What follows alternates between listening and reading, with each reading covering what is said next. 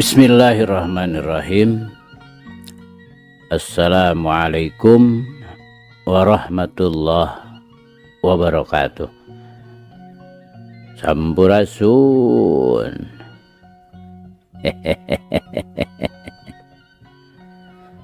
Damang kanca.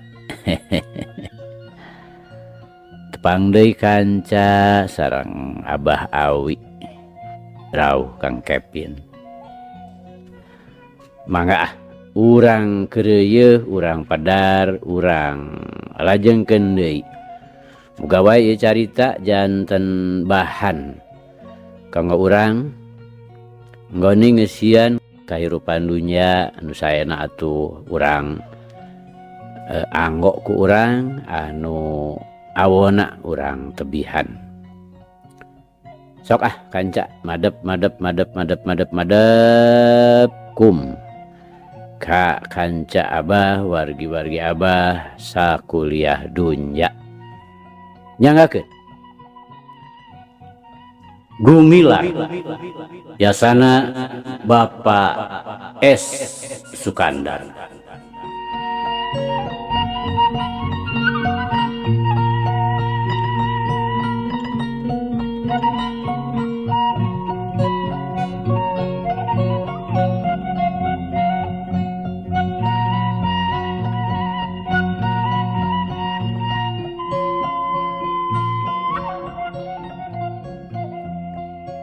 Kamari teh kanca parantos dugi ka antukna Gumilar nyangeyeng nahan awakna.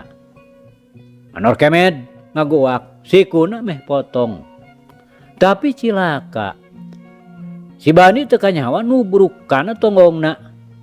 Anu akhirna Gumilar ngagedebut nang kuban dina taneuh. Dugi kadinya nya kanca. Mangga. Urang lajengkeun. Kanca dangu sadayana mireungeuh musuh na ngajajapang. Si Gobang Rikat luncat bari ngabarakatak seurinya kakak. Kituna teh bari hiuk we Gobangna rek nigas beuheung. Bareng jeung hoceakna dua sora aya deui sora nu ngagaur matak ngurageun jajantung.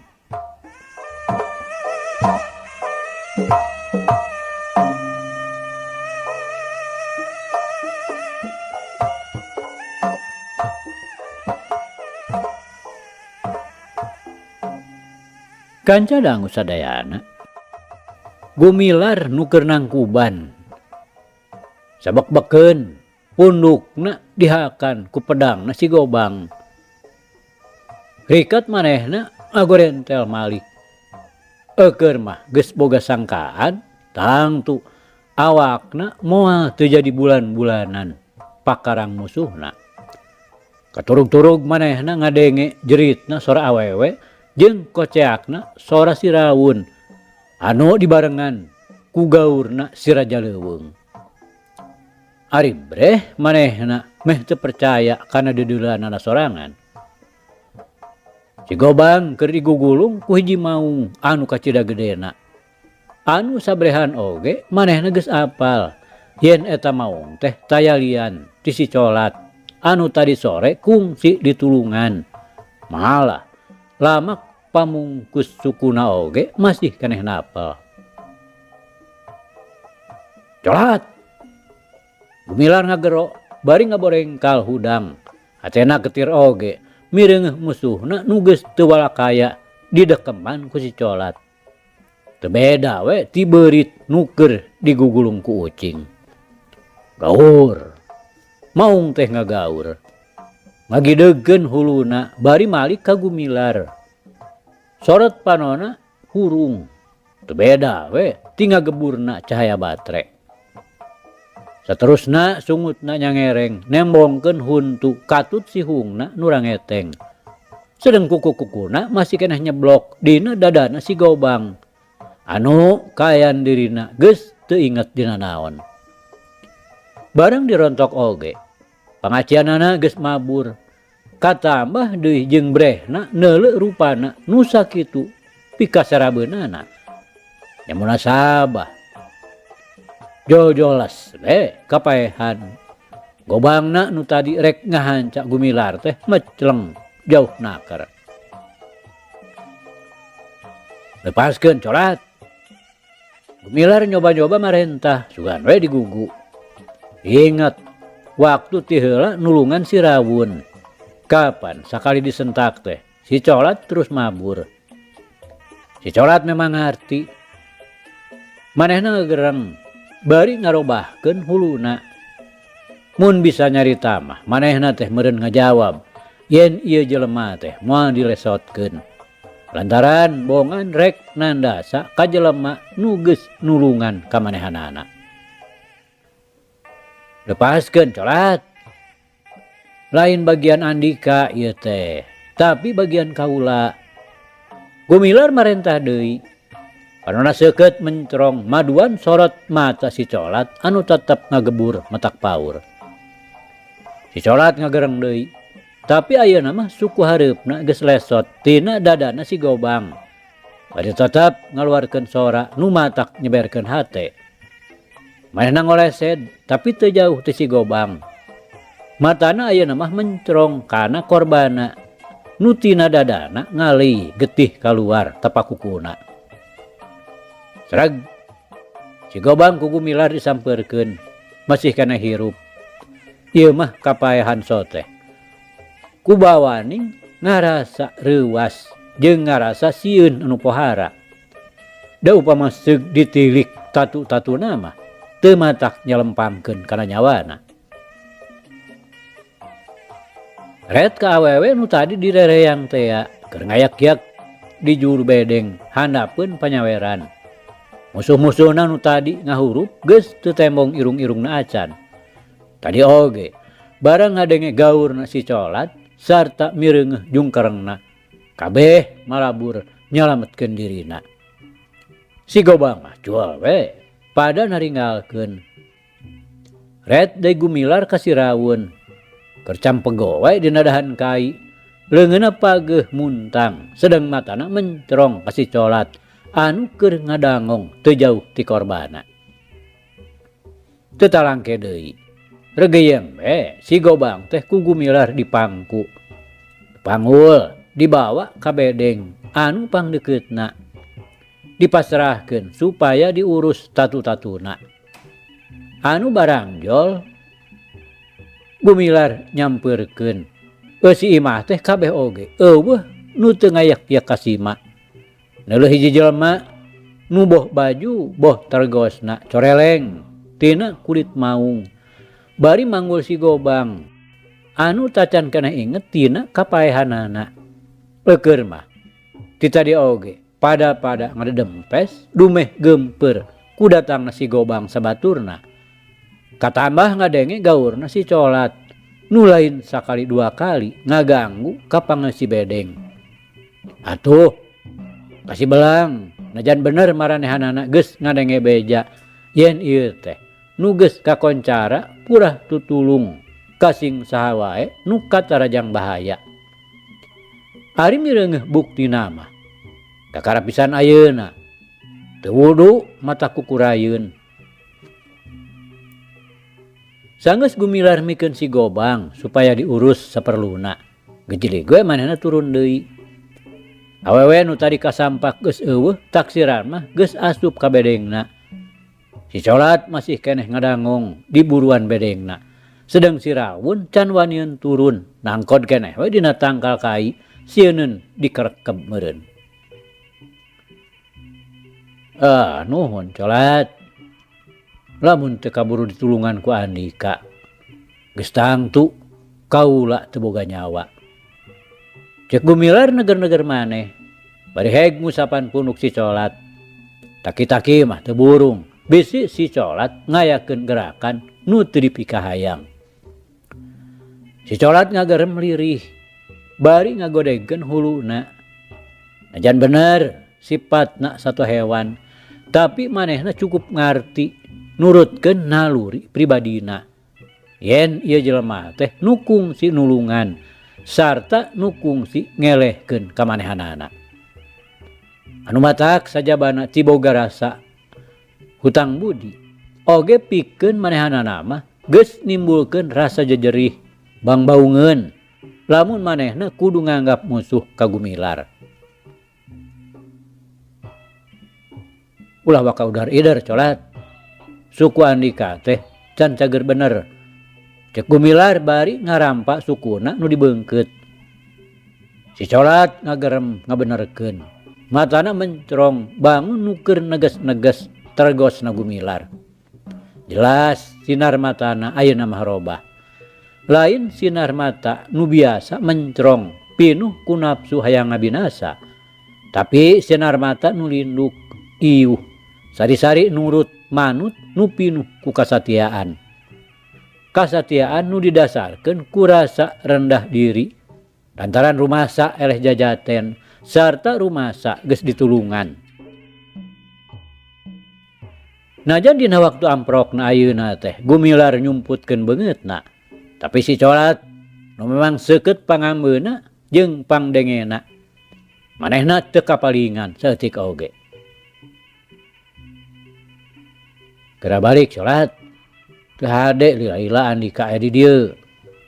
Gumilar nyarita deui bari leungeunna teu reureuh ngusapan hulu maung anu memang ayeuna mah geus jelas tunduk taluk ka manehanana. Si colat ngagugu jurung kunung manehna nangtung terus nguliat ngabatek awakna nu leuleus liat ngalampanyat. Wow, calawak nembongkeun sihung-sihungna nu lalencop seukeut. Ngagerem bari ngalendotan. Buntutna nu panjang lempay centang kaluhur teh. Ulang-ulangan teu beda we ti oray welang. Geus kitu.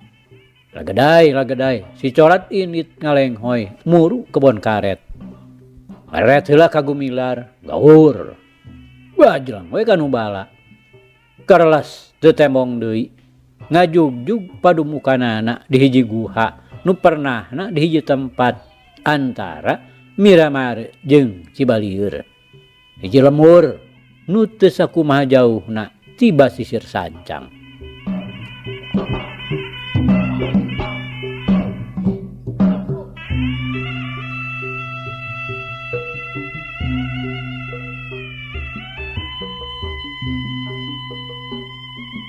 Kanca dangu sadayana.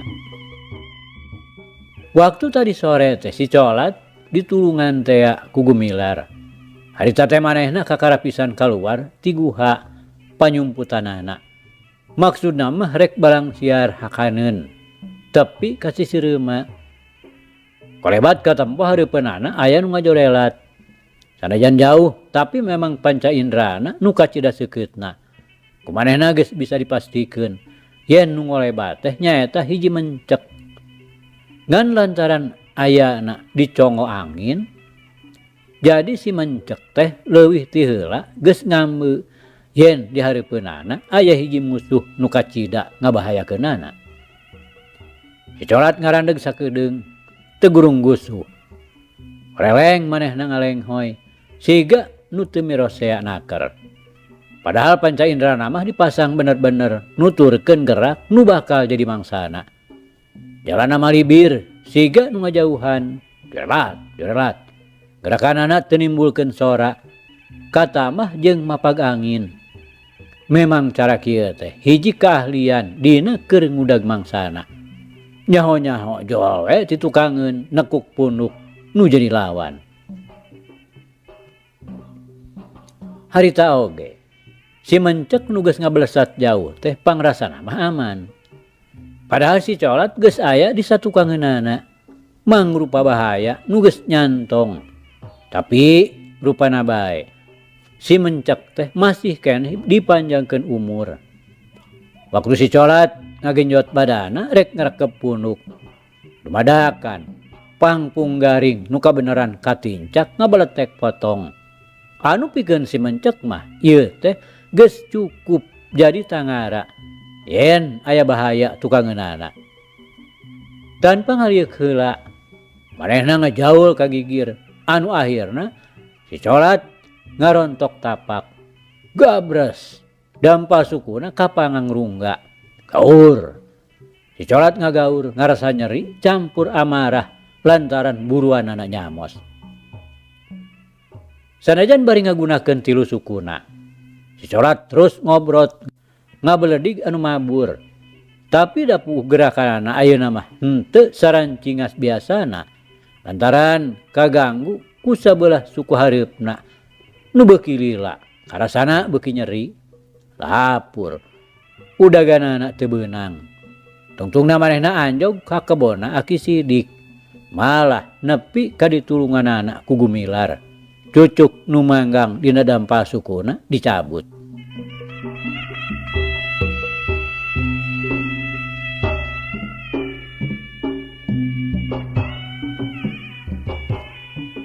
Kanca dangu sadayana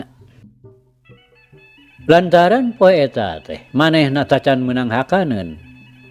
Timbul karepna rek ngaranjah ka jero kontrak. Santeuna di dinya mah loba ingon-ingon, pang-pang nama embe bogana kuli-kuli kontrakan. Anu sok sanajan di kandangan ditulakan page oge. Pikeun si Colat mah teu matak jadi halangan. Repeting nu didatangan teh barak nu pangdekeutna nyaeta bedeng-bedeng tukang sadap. Kabeneran barang Joal teh persis waktu Gumilar rek disabit pundukna ku si Gobang. Nyaho yen ieu nu rek dipateni teh jalma nu tadi sore nulungan ka manehanana. Geus tanta parah deui. Bari ngagaur ngaluarkeun sora nu handaruan. Si Colat ngerekeb si Gobang. Nu akhirna saperti nu geus disabit leuwih ti heula. Si Gobang dipanggul ku Gumilar dibawa ka hiji bedeng pikeun diubaran tatu-tatuna. Kanca dangu di dia bisa kaukur boh ku nu sejen boh ku dirina si Gobang pribadi. Kumaha luhungna budi pekerti nu dipimili ku Gumilar anu geus direken jadi musuhna. Sanajan dina waktu harita teh sasat dirina keur dikoroyok rek diarah patina. Tapi dina mangsa si Gobang diancam ku bahaya anu moal boa matak ngajadikeun pegat nyawana lantaran disasaak ku si Colat. Gumilar teu tega ngantep. Si Gobang malah ditulungan nepi ka dititipkeunana ka nu sejen supaya tatu-tatuna tapak kuku maung diubaran. Harita sanggeus nitipkeun si Gobang sarta sanggeusna si Colat indit ngareles ka nu poek. Gumilar katut Cirawun balik ka bedeng Pauhi. Kakara oge manehna mengkol nyorang jalan koral nu ngabulungbung terus ka pabrik. Ngadadak ti hareupeun nyurungkuy mobil anu lampuna nyebrot nyaangan jalan. Reg eureun. Gumilar nu harita diteregos keneh sarta baju kampretna acan dipake. Masih keneh dikeukeuweuk ku Cirawun. Ngageuwat manehna luncat kana kamalir. Saterusna ngagajleng deui ka kebon karet. Maksudna rek nyumputkeun dirina. Tapi kawasna nu dina mobil teh geus awaseun. Buktina joyo beledag we ngabedil. Ngan untungna we teu keuna. Aduh. Cilaka Rawun. Lain lawanheun. Hayo gancang lumpat. Gumilar marentah ka monyetna. Dor. Siang. Pelor kagigireun. Mun katempo mah piraku teu nyerepet kana deukeut ceulina.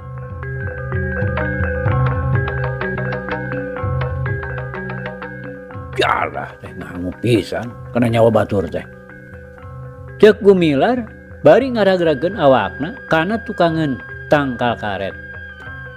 Satekah polah manehna nyingkahan buleudan-buleudan timah anu mun ceuk tembus kana badana teh piraku bisa menyak deui. Ari dor, ari konyol we meureun teu bisa ngalawan heula. Hei. Teu kenging angkat lumpat maneh ha. Langkung sae maneh nyerah ka juragan anu. Kadengin ngagorowok si horeng tuan kawasa nu ngahaja datang kadinya dibarengan ku Mandor Kemed katut sababaraha urang baturna. Waktu tadi teh si Gobang dikerekep ku si Colat, Mandor Kemed sabaturna terus malabur langsung bebeja ka tuan kawasa yen nanda si Belang teh gagal lantaran kaganggu ku datangna si Colat. Malah si Gobang pribadi ayeuna can kanyahoan kumaha nasibna. Tadi teh manehna keur ditarajang ku si Colat. Ya sababna nu matak tuan kawasa datang kadinya make mobil nu dibuka kapna. Sajorelat ka tembong si Belang ngajleng kana kuta kacaangan ku lampu mobil. Teu anta parah deui, dor bae dibedil ngan teu keuna. Gumilar kaburu nyalingker manten kana tukangan tangkal karet. Tuan kawasa katut batur-baturna jelung-jeleng laluncatan ting darepong sisi jalan. Sedangkan lampu mobil tetep nyorot nyaangan rengkak polahna Gumilar anu keur sasalingkeran tukangan tangkal karet. Cirawun gagaracangan di luhur teu wani ninggalkeun sobatna nu sasatna keur diancam bahaya. Dor! Suara bedil tibelah kenca. Dor! Kadengi tibelah katuhu. Gumilar surti yen nu ngepung teh ngagunakeun dua bedil. Saret kumanehna geus kahitung jumlahna kabehna aya 7 urang kadalapan supir. Di antarana aya bangsa Walanda 2an. Nirik rakanana nu paburencai kumanehna geus kajudi yen dirina teh rek ditingker. Leuwih hade serah bongkokan Blang. Moal bisa leupas sandajan lumpat ka lak-lakan mega oge maneh geus dikepung. Kana ge deui nu ngagorowok sora Mandor Kemed. Gumilar teu nemalan sajeroning nyempot tukangan tangkal karet teh. Pikiranana ngubeng neangan jalan pikeun nyalametkeun diri. Sedengkeun panenjona teu leupas ngawaskeun gerak-gerikna nu keur ngepung. Walana nu 2an kalawan dijejeran ku 2an pangawalna maju di tengah. Nuturkeun 2 anjing herder anu gerakanana dipegeg talina. Ditahan can waka dilepaskeun. Nu opatan deui maju ti belah kenca jeung katuhunana 2an bari ngalabar bedog. Jelas maksudna rek nyeret Gumilar sina mojok katungtung kebon anu tepung wates jeung gerembel tungtung kebon nu pinuh kurungkun kaso jeung kirinyu anu ngagigirig. Eta teh pikeun nutup ruang gerak Gumilar supaya teu bisa laluasa ngayakeun perlawanan.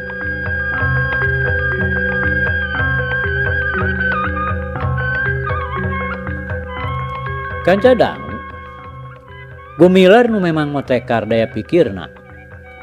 Kumanehna geus kajudi kumaha maksudna jeung tujuanana ieu tuan kawasa. Perkara ku dikepung mah saeutik oge teu dijieun sember. Nya kitu deui sanajan bari kudu nyang hareupan 2 anjing herder nu gedena ampir sarua jeung domba teu dijieun miris hate. Ngan nu jadi pikir sarta girisna teh nyaeta mireungeuh 2 bedil anu keur dicarakel ku 2 urang Walanda. Kudu kumaha nyingkahanana ditakis lain takiseun. Red kaluhur ngilikan si Rawun katempo rigigna kawas nu ngadeuketan musuh. Cicing luhureunana bangun nu keur nitenan gerak-gerikna jelema-jelema nu keur araya dihandap. Gumilar geus kaijir pikeun ngaloloskeun dirina tina pangepungna manehna teh nyaeta kudu narajang salah sahiji panghalang nu aya di kenca katuhunana. Nobros ka belah kenca teu katoong piuntungeunana. Pilumpateun kapegat ku ngagigidigna rungkun kaso nu can kanyahoan kaayanana. Menobros ka belah katuhu pilumpateun memang tumaninah manorok aya sasat marabkeun tonggong katuan kawasa nu geus saged nyekel bedilna. Komo mun nobros make jalan tengah anu memang kosong. Pasti daging tonggongna bakal aut-autan ditembus ku buledan-buledan timah panas anu kaluar tina kucubung bedil tuan kawasa. Sabot manehna keur mikir kitu, jegug-jegug teh. Dua anjing herder ngagogogan bari ting serebet nguru ka manehanana. Si horeng anjing-anjing teh geus dilepaskeun sarta dihucuhkeun pikeun ngaraweg manehanana.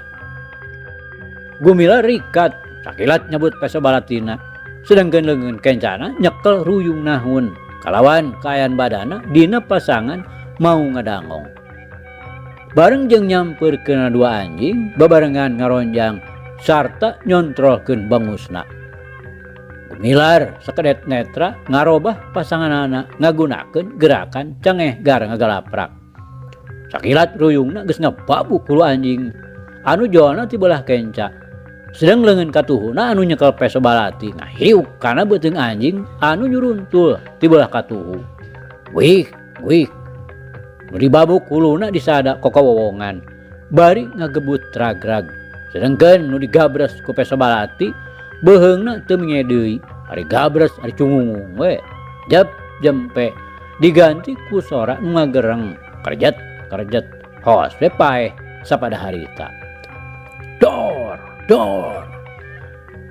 Dua pelor nyeleweng ngeblesat ka luhur. Gumilar sempet ngareret. Walanda-walanda teh keur pakupis lantaran ditarajang ku si rawun. Pantes tembakanana ngawur mengpar tina tujuan. Teu mikir panjang. Gajlong berobat Gumilar ngabalenyeng kalolongkrang tengah anu memang kosong eueuh ngajaga.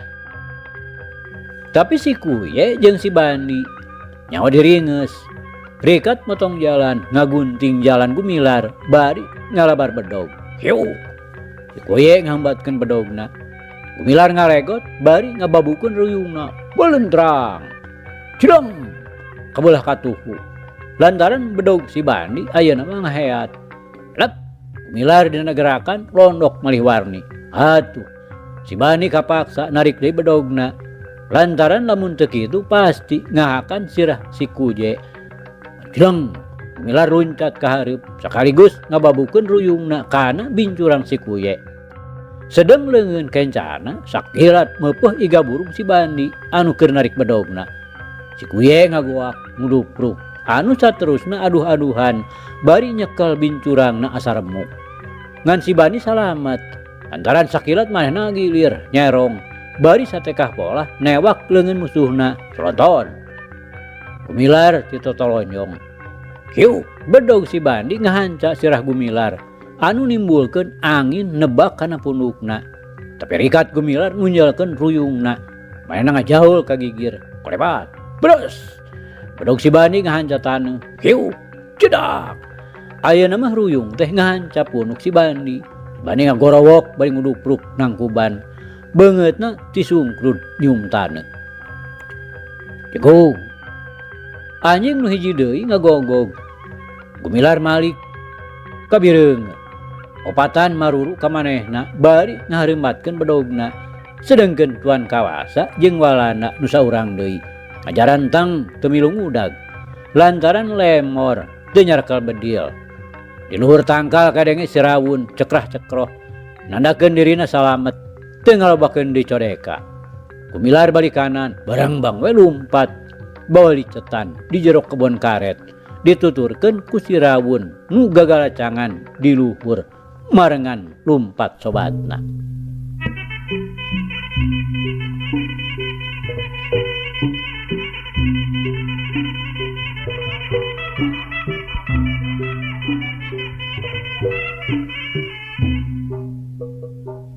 Kanca dang sadayana guyur deui bae.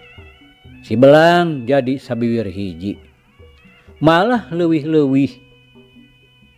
Lantaran ayeuna mah ditambah ku beja-bejana muncul monyet nu jadi baturna.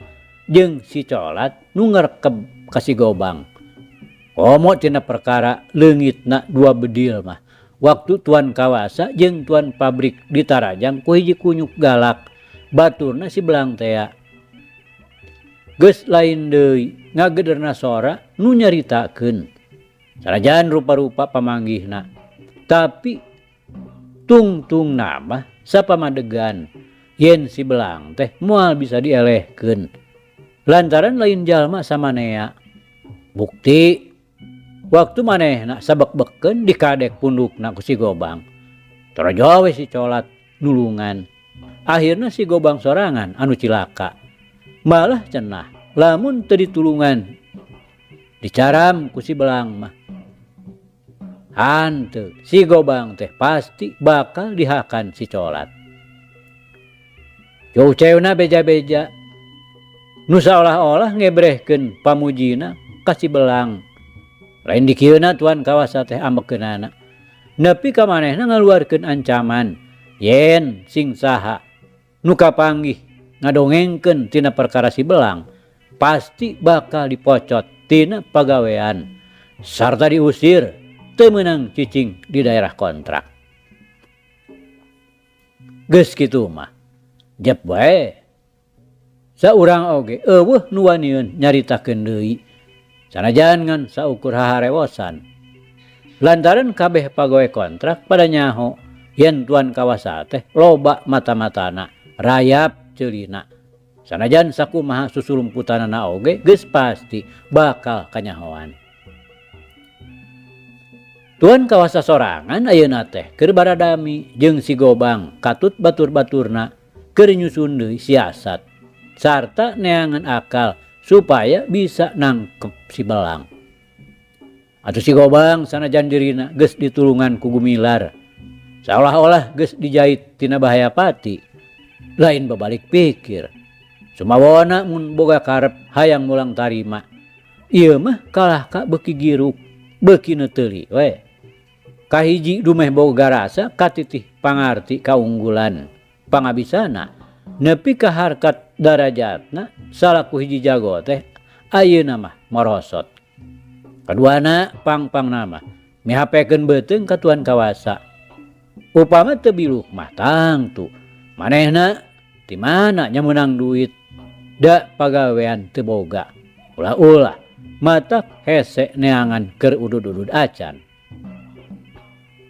Dina babadamian kadua kalina ieu si Gobang kacida diolehna ku tuan kawasa dinaha-naha nepi ka eleh ku pantar si Belang anu pangawakanana leuwih leutik ti awak manehanana. Padahal dina ulin maen po teh apan si Gobang teh geus sakitu maherna moal pati-pati dijieun kepercayaan lamun pangabisana teu hebat mah. Pikeun ngaduruk hatena si Gobang ku tuan kawasa diterangkeun yen pangna si Belang nulungan teh ka manehna eta teh lantaran lain tina nyaah atawa watir. Sanyana mah kitu peta teh hiji panghinaan pikeun si Gobang supaya kanyahoan sarta kasurak ku balarea yen si Gobang teh nepi kataya dayana pisan nalakon dipapanggul ku musuhna dipasrahkeun ka nu sejen dadakuna supaya diubaran tatuna.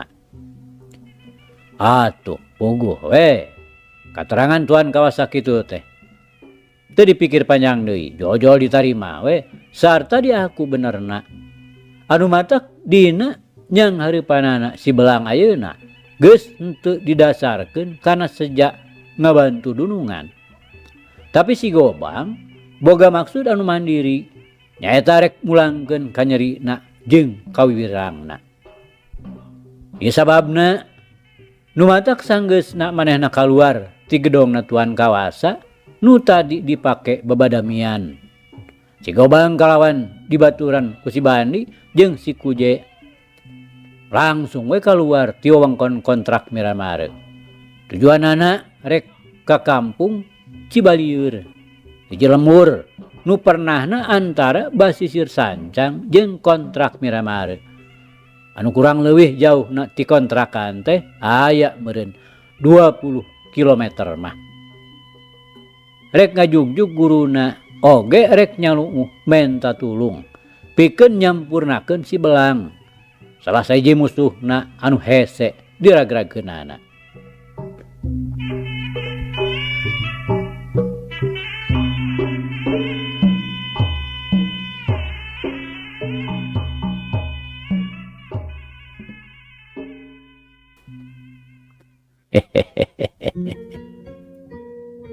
Aduh kanca, cak.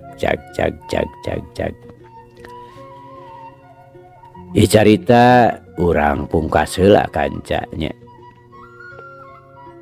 Insyaallah enjing jaga ninggeto. Ieu hanca urang lajengkeun deui. Muga urang aya dina kasehatan bari aya dina widi Gusti masih kena dipaparinan yuswa. Atur nuhun kanca, atur nuhun. Ieu carita urang tunda di hanjuang siang teudeun di handeulem sieum. Paragi nyokot ninggalkeun mangsa datang samper deui. Hatur nuhun, hapunten. Wabillahi taufiq wal hidayah. Wassalamualaikum warahmatullahi wabarakatuh.